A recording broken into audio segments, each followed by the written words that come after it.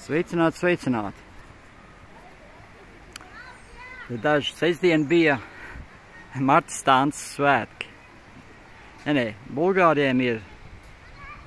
Bulgārijā ir praznik Babi Marti, jā.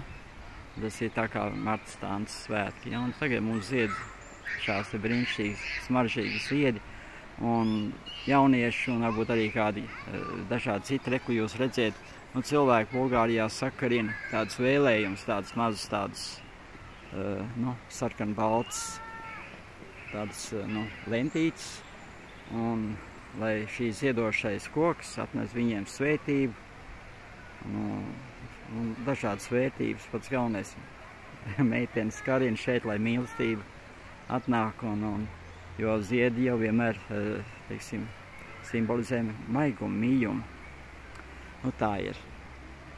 Un padomājiet arī jūs, ko jūs varat ielikt savā sirsniņā.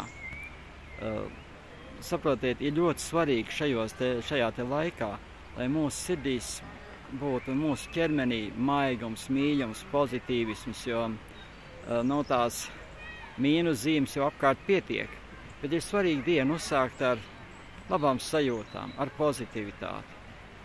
Un ja uznāk kāds tāds dusmīgs brīdis, tad dziļi ieelpojiet, aizturiet elpu, izelpojiet un padomājiet, vai jums tiešām ir vajadzība pēc kaut kādām tādiem strīdiem vai konfliktu situācijām vai izskaidrošanās momentiem. Lai jūsu sirsniņās ir mīļums, pacelsim savas vibrācijas, vienkārši pacelsim.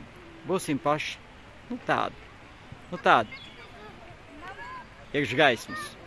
Un tad jau arī pārējie, kad būs ap mums tuvumā vai tālumā, nezinām iemeslu dēļ, vienkārši viņiem būs tāds labs sajūts, viņi mainīsies. Viņiem viss iespējas ir mainīties.